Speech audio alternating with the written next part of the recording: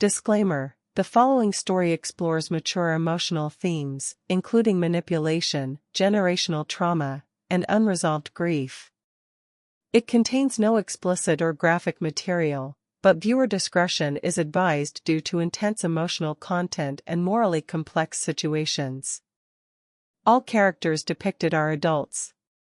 I never thought the lowest moment of my life would involve a whale, or my grandmother. But that's exactly where I ended up, standing waist-deep in freezing saltwater beside the woman who raised me, about to do something I knew was wrong. And yet, somehow, I did it anyway.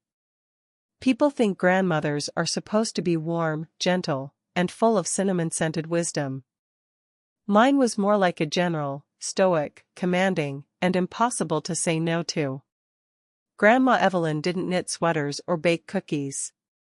She collected secrets like other people collected stamps, and hers were heavier than most. The story begins the day I came back to Sea-Watch Bay, the crumbling coastal town I hadn't seen in over 10 years. I only returned because of the call. "Grandma's not well," my mother had said. "She needs help with the whale." I thought it was a metaphor. Or maybe dementia. I wish it had been. Grandma Evelyn had always been obsessed with the ocean. After Grandpa died in a storm decades ago, she basically moved into the sea. She ran the town's old marine observatory until it shut down. Everyone thought she'd finally lost touch when she bought that decrepit sea pen off the rocky shore. But it wasn't until I saw it with my own eyes that I understood the truth. The whale was real. A massive, barnacle-dusted behemoth with eyes that seemed to hold entire lifetimes. It was a northern bottlenose, way off course, isolated, and yet, for reasons I still don't understand, completely loyal to my grandmother. She called him Theo. Said she'd raised him from a calf after he washed ashore during a freak storm. No one else had ever seen him up close. No one else could. Except me. That was the first red flag. The second was what she asked me to do. "You owe me this," she'd said that night, her voice low and brittle like cracking ice. We were sitting in the salt-bitten kitchen of her seaside cottage. The lamp flickered. She held a mug of black tea with both hands like it was anchoring her to the moment. "I kept secrets for your mother. Protected her. Protected you. This is nothing in comparison." "But it's illegal," I said quietly, though even then I wasn't sure what I was objecting to. The whale? The secrecy? The strange ritual she claimed had to happen before she died? She didn't flinch. "It's necessary." The next morning, she took me to the dock and handed me a worn leather pouch. "Whatever happens," she said, "don't drop it in the water. And don't question what's inside." I did both. When I opened it, when I saw what she'd given me, I felt something twist in my gut. Something ancient. Something wrong. And then I looked out at Theo, who was waiting, perfectly still, watching me. And that's when I realized, this wasn't about biology, or companionship, or even legacy. This was about control. I hadn't even begun to understand the depth of what I was stepping into. And by the time I did, it was far too late to turn back. I hadn't seen Grandma Evelyn in nearly a decade, but stepping back into her world felt like walking into a room that hadn't been dusted in years. Everything was familiar, but nothing was clean. We'd never been close, not the way most people imagine grandkids and their grandparents to be. She was never cruel. Just distant. Calculated. Like every word she said had a purpose I'd never quite been worthy of understanding. Growing up, I used to wonder why my mom avoided her like the plague. She never said much, only that Grandma Evelyn wasn't meant to raise children. But now, standing knee-deep in the freezing bay with Theo's shadow moving beneath the water, I started to get it. This whale wasn't just some lost marine animal. He was a symbol, maybe even a weapon. And I was being used in some way I didn't fully grasp. The pouch still felt heavy in my jacket pocket, like it carried more than just its contents. Guilt. Fear. Maybe even destiny. "You have his eyes, you know," she said suddenly, as we stood on the dock later that evening, watching the sun dip below the horizon. "Whose?" She didn't answer. She didn't need to. Grandpa. The man who vanished at sea, whose body was never recovered. The man I'd only known through framed black and white photos and whispered arguments behind closed doors. Was that what this was about? Some unspoken pact? A curse? A debt? As night crept over the shoreline, something shifted in the air. Theo let out a low, rumbling sound from the water. Not a song. A warning. "You think I'm the villain in this story," she said quietly, never looking at me. "But one day, you'll understand. And when you do, you'll wish you'd never asked." I didn't sleep that night. Because part of me believed her. Grandma Evelyn wasn't just guarding secrets, she was feeding them, keeping them alive like Theo in that cold, enclosed sea pen. And I was starting to suspect she wasn't the only one involved. The day after the pouch incident, a man showed up at the cottage. Late 40s, broad-shouldered, face weathered like driftwood. He introduced himself as Dr. Cal Rowan, marine biologist and, according to him, an old friend of the family. But something about him felt off. He knew my name before I gave it. He didn't blink when I mentioned the whale. And when Grandma came to the door, her expression shifted into something I'd never seen before, fear. "Why is he here?"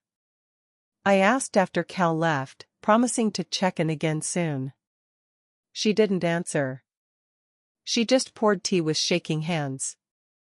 That night, I stayed up, pacing the beach like I'd find answers in the sand. Theo surfaced around 3 a.m., slow and silent, his giant eye watching me like he was waiting for something. Or warning me again. Then I saw the scratches on his skin, fresh ones. I confronted Grandma the next morning, asking her what Cal wanted, what he knew. Her answer was chilling in its simplicity. "He wants what's inside Theo. And he'll do whatever it takes to get it." I didn't know what that meant. Not yet. But I remembered the pouch. And I remembered the way Cal's eyes had lingered on my coat. The stakes had shifted. This wasn't just about family secrets or some misunderstood bond with a sea creature. There was something valuable hidden beneath the surface, something people were willing to manipulate, threaten, or even hurt to possess. And I was caught in the middle of it all. Torn between a grandmother I barely trusted and a stranger who might be even worse. I wasn't sure who was protecting what anymore. Or who was lying. The storm hit just before midnight. Waves slammed into the cliffs like fists. Windows rattled. Power flickered, then died. And still, Grandma insisted we go to the water.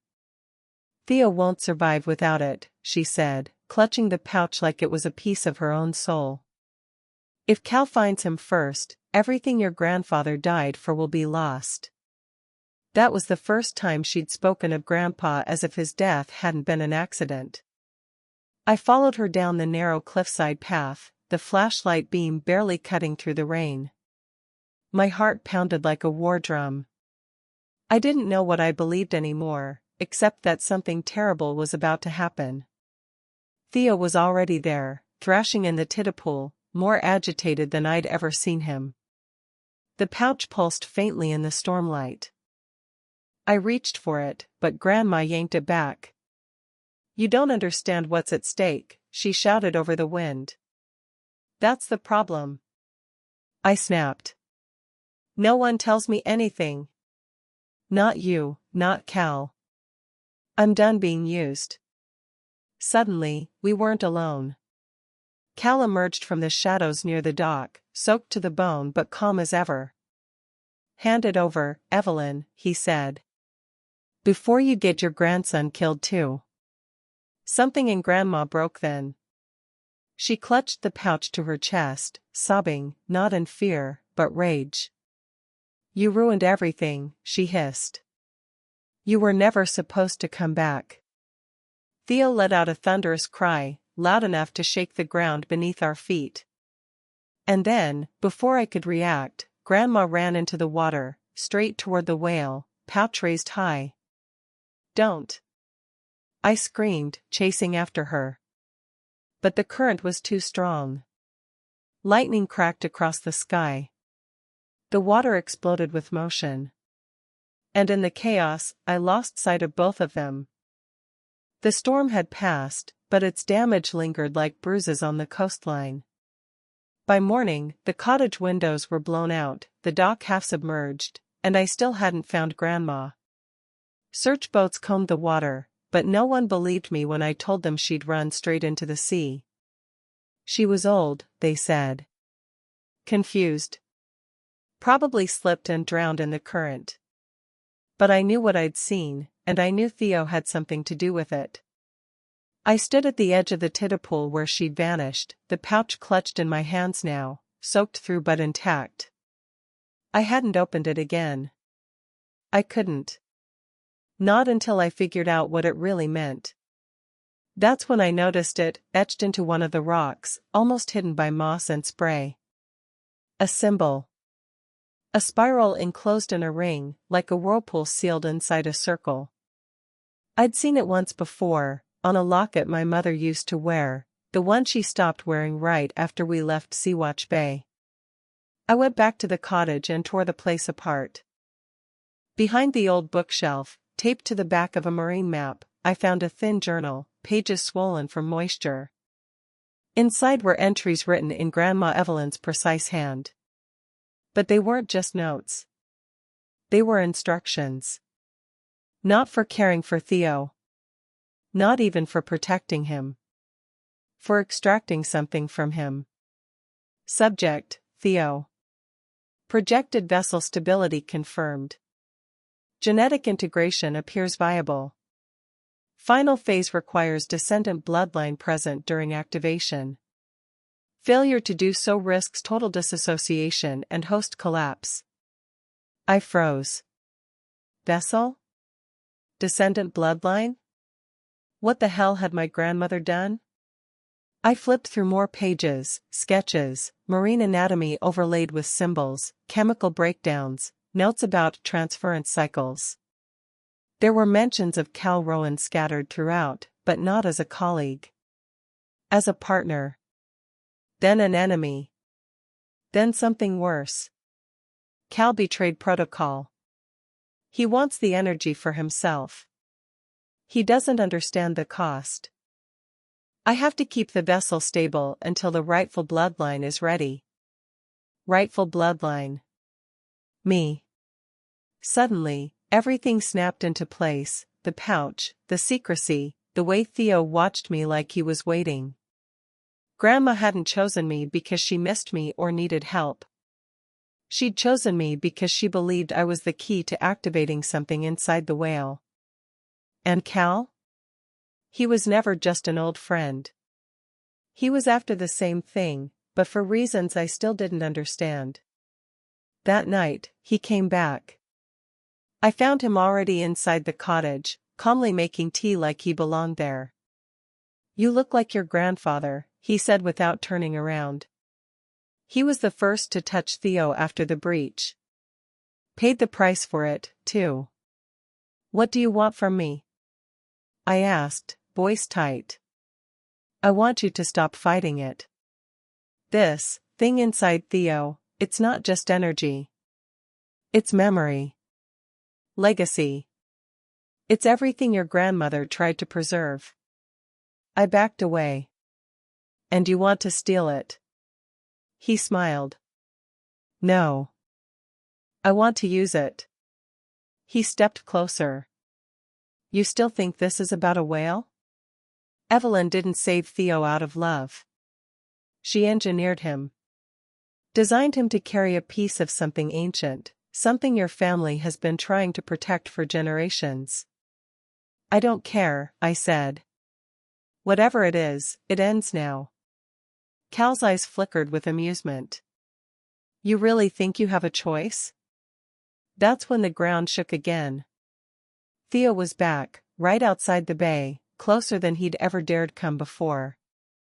I ran outside, the pouch in hand, heart pounding. And I saw her. Grandma Evelyn. Soaked, bruised, but alive, standing in waist-deep water, one hand on Theo's head. You opened it, she said hoarsely. I shook my head. Not yet. Her eyes softened. Good.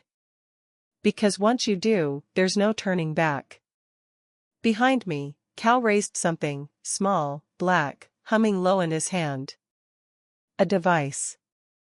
I didn't know what it did, but Theo flinched when it activated. Evelyn, he'll tear the vessel apart, she screamed. Theo thrashed violently in the water, sending a tidal wave over the rocks. Get back, she shouted, shoving me aside just as Cal pressed the device toward the whale. And then, everything turned white. When I came to, the tide had pulled back. Grandma was gone again. Theo floated limp in the water, half submerged. Cal stood bleeding by the rocks, his expression wild. I thought it was over. Until Theo opened his eye, and I saw something impossible inside it. My face. Not a reflection. A memory. A version of me I'd never lived. A version that looked older. Angrier. Cold. And then the whale spoke, not aloud, but in my mind.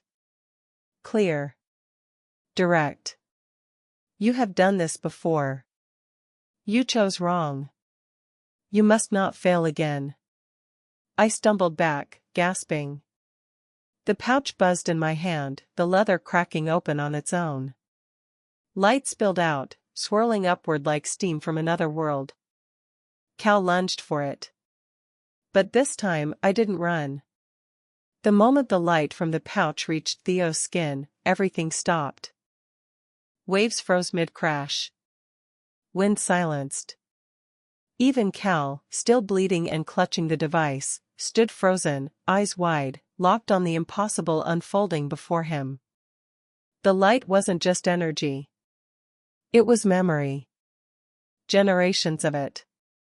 Images flooded my mind, my grandfather kneeling beside a smaller, younger Theo in a quiet cove, Grandma Evelyn in her youth, making promises to something beneath the waves, my mother, turning her back on it all, cradling me in her arms as she fled Sea-Watch Bay. And then, me. Not just here. In other places. Other versions.